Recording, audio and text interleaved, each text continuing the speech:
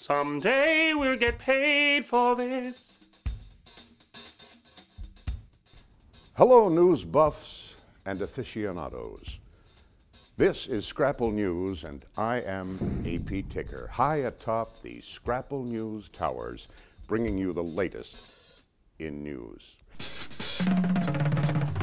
Following the duckastrophe on the Delaware last week, the duck boats have suspended operations, and many observers figure it will be about a year before they restart operations here in Philadelphia, if at all.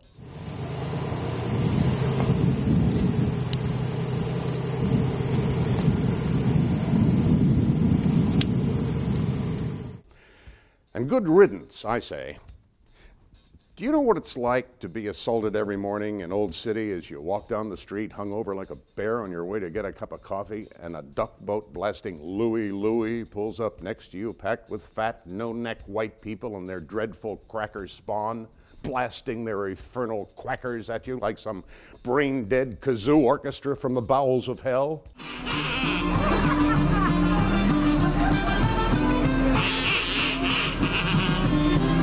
Don't be shy.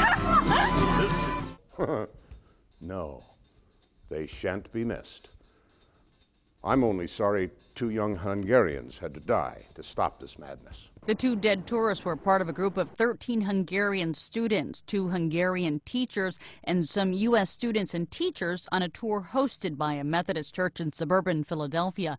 On a lighter note, BP says it will finally be able to cap the leak that's been pissing a steady stream of oil into the Gulf of Mexico since late April. BP's most recent attempt to stop the leak involved lowering a cap over the oil well, but tens of thousands of barrels were still leaking out.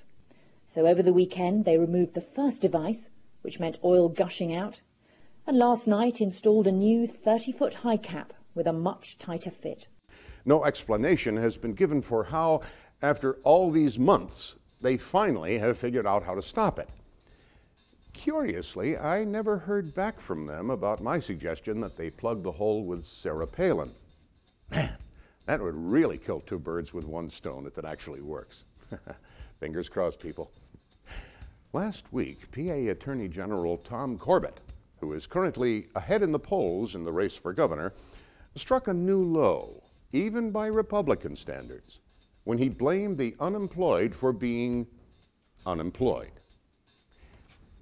People don't want to come back to work while they still have unemployment, he said on the campaign trail last week. Good God, man. This is the political equivalent of saying that rape victims were asking for it because they were dressed like a slut. I don't work around in tight clothes. I stay at home for most of the time. You go out in public and it's a fucking embarrassment to me. You look like a fucking bitch on heat. And if you get raped by a pack of niggers, it'll be your fault.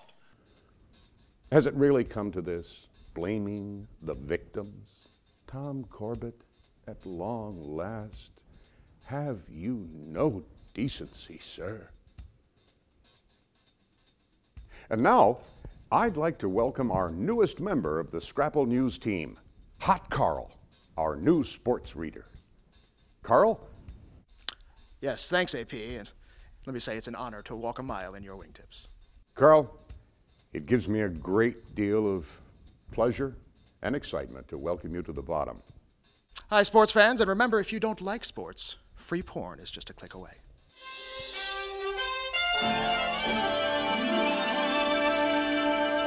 The Phillies went into the All-Star break by sweeping a 4-game series against the Reds. The big news during the series was fan interference. On Friday night, during a game, a fan prevented Phil's right fielder Jason Worth from catching a foul ball. Worth yelled at the fan and scarred the man's 10-year-old son for life. Obviously, I feel bad for the guy and the kid that were sitting there and the people around there. You know, definitely out of character a little bit, but you know, I don't feel bad about playing hard and going after balls in the stands and stuff like that. So, you know, it's just one of those deals. It's part of the game. The man claims he was only protecting his son. On Sunday, 2 fans interfered with balls that were hit into the stands that could have been ruled home runs. Fans, keep your hands off the Phillies' balls. In other baseball news, the San Francisco Giants will commemorate the 15th anniversary of the death of Jerry Garcia on August 9th. Garcia's daughter Annabelle will throw out the first pitch. Dead drummer Mickey Hart will try to set a world record for the largest kazoo ensemble playing the national anthem. And there will be a Garcia bobblehead giveaway. Plus, the Giants are all gonna drop 100 mics of Orange Sunshine. Far fucking out, man. Which I thought was the next day. She told me, you better get up, you gotta go pitch. I said, pitch? I pitch tomorrow. Hell, what are you talking about? Because I had got up in the middle of the morning and took some more acid. She grabbed the paper, brought me the sports page and showed me, boom. I said, oh, wow. What happened to yesterday? She said, I don't know, but you better get to that airport.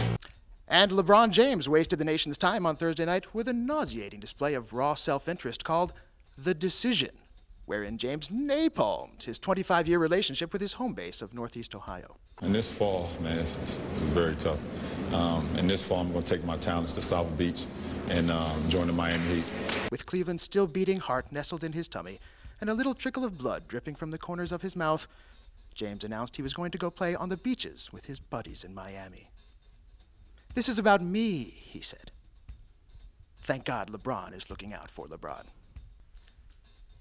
AP, back to you. Thanks, Hot Carl. And that about does it. I'm AP Ticker. My love is like a ship on the ocean, and I've been sailing with a cargo full of love and devotion.